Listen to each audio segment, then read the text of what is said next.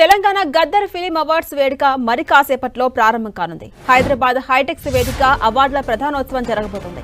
2024తో పాటు 2014 నుంచి 23 వరకు ఉత్తమ చిత్రాలకు అవార్డులు అందివ్వబోతున్నారు.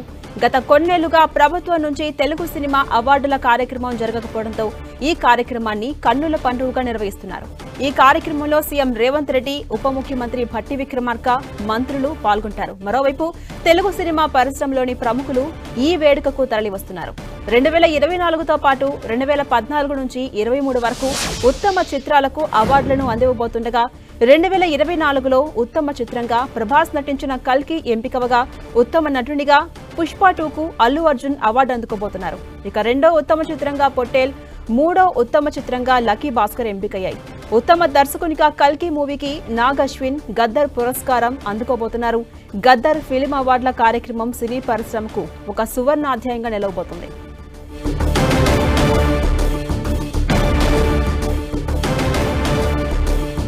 ఇదే అంశంపై మరింత సమాచారం మా ప్రతినిధి వెంకట్ అందిస్తారు. వెంకట్, మరి కాసేపట్లో తెలంగాణ గద్దర్ ఫిలిం అవార్డ్స్ వేడుక ప్రారంభం కాబోతోంది. ఏర్పాట్లు ఎలా ఉన్నాయి? ఇప్పటి వరకు ఎవరెవరు అక్కడికి చేరుకున్నారు? అప్డేట్స్ ఏంటి?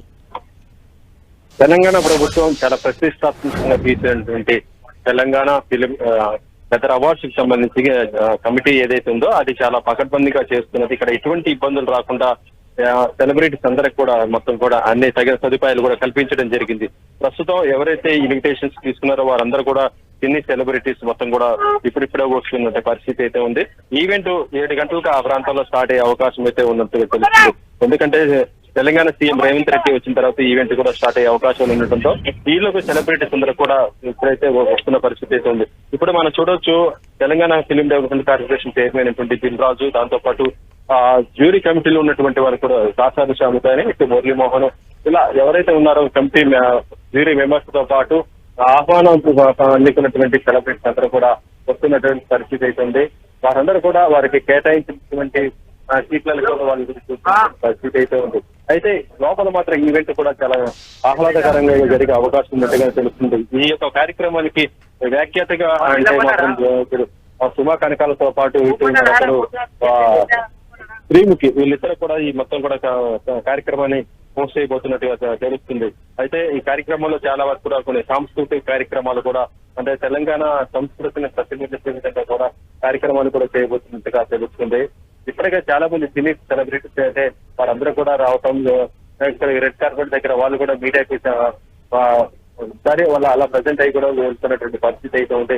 లోపల మరి వీరందరూ మాట్లాడతారా లేదా అంటే అవార్డు తీసుకున్న తర్వాత వారి యొక్క అభిప్రాయం కూడా చెప్తారా లేదా అనేది తెలియదు.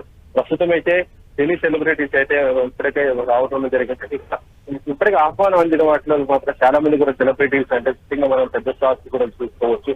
అల్లు అర్జున్, దాంతో పాటు ఇటు విజయ్ దేవరకొండ, ఇలా స్టార్స్ ఏవైతే ఉన్నారో వారందరూ కూడా వచ్చే అవకాశాలు ఉన్నాయి. మెగాస్టార్ చిరంజీవి మాత్రం ప్రస్తుతం ముసోరిలో షూటింగ్ లో ఉండటం వల్ల ఆయన రావట్లేదని కూడా ఆయన ఒక క్లారిటీ కూడా ఇవ్వడం జరిగింది. అయితే ఈవెంట్ కి మాత్రం చాలా గ్రాండ్ సక్సెస్ కావాలని కూడా ఆయన నిర్వాహకులు కూడా శుభాకాంక్షలు కూడా తెలియజేశారు. Sumitra. Right, thank you Venkat.